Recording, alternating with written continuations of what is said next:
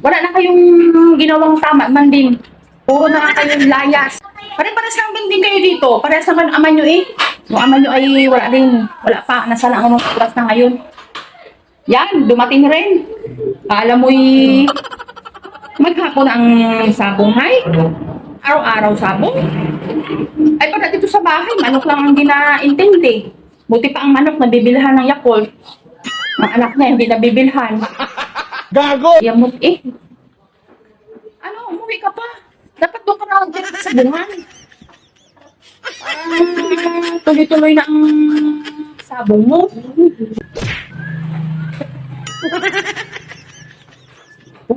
Puro na lang. Lagi na lang ano ang pinag-intindi nyo. Sabong. Pag may marinig lang dyan na may sabong sa kung ganitong lugar, punta agad. Wala nang katigil-tigil.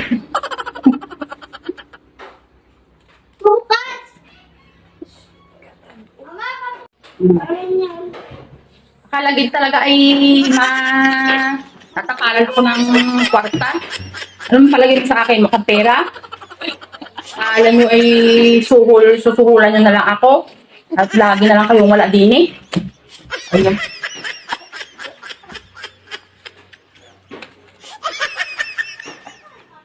Hindi ako na ano sa ano mo, sa pera mo, iyong-iyo na, doon, pamusta mo doon. Alam mo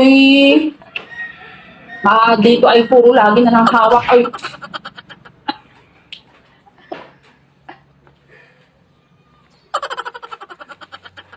alam mo ang daming mga bayaran. Maya-maya, wala na namang bigas. Maya-maya, wala na namang gasol. Sabay-sabay. Pero pag sa sabong, ang daming pangpuhunan pag sa sabong. Pero pag sa pambili dito, walang kapira-pira, lagi namang talo. Pero lagi namang sabong. Iyang mo. Ako talaga na stress na sa inyo. Pare-parehas ko pang sabo. Alright.